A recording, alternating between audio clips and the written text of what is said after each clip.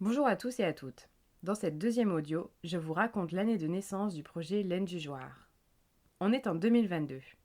J'ai présenté mon projet à l'association française La Fibre Textile et j'ai obtenu le financement Pédaler pour la paix pour démarrer concrètement la recherche en 2022.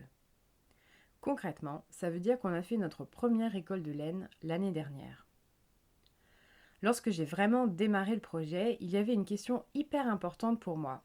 C'était: est-ce que le projet de recréer une filière lainière allait leur plaire, leur parler? Est-ce qu'il ou elle allait se saisir de ce projet? Comment j'allais le faire? Au départ, je m'en fichais un peu. Il fallait juste faire quelque chose et voir. Et j'ai vu très rapidement. Il a suffi de 20 kilos de laine récoltée, étalée sur un toit pour que les femmes du village viennent me rencontrer. Anaïs, qu'est-ce que tu vas faire avec ta laine?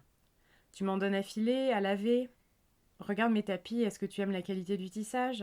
Si tu veux, je peux en faire pour toi. Et là, c'était formidable.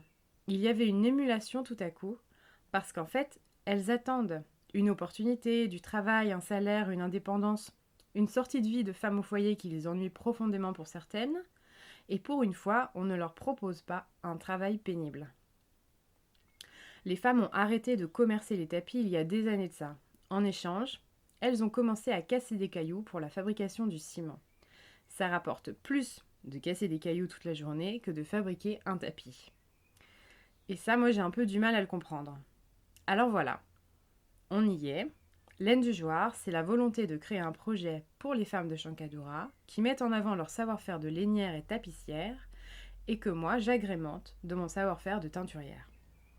Donc en 2022, je me suis rendu compte que toute la partie transformation de la laine, ça n'allait pas être si compliqué. Parce que les femmes, elles sont là, elles sont prêtes, et quelque part, il suffit de s'organiser.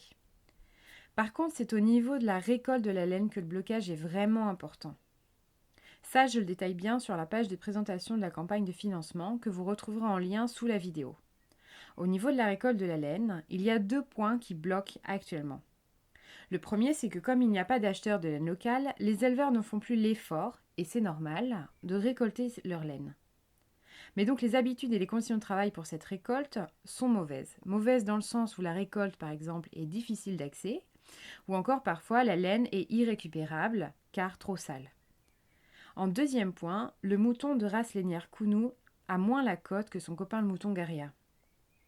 Lui, au niveau de la laine, il est difficilement revalorisable. En fonction des races, on a différents types de laine. Et là, pour avoir une laine qualitative, on a absolument besoin de la race Kounou. Ce mouton Kounou, il est moins lourd, moins gros, donc il rapporte moins en viande aux éleveurs. Donc tout simplement, ils sont en train, tranquillement, d'abandonner la reproduction de cette race.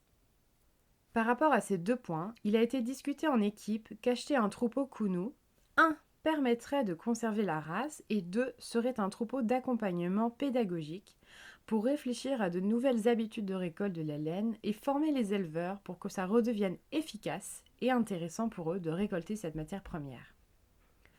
Pour sauvegarder cette filière aujourd'hui, j'ai vraiment besoin d'aide pour financer l'achat du troupeau et mettre en place ce programme d'accompagnement qui permettra ensuite à la filière d'être durable. Cette aide, elle peut être financière, mais aussi n'hésitez pas à partager la campagne à vos réseaux pour qu'elle ait la plus grande portée possible. Merci à tous et à toutes.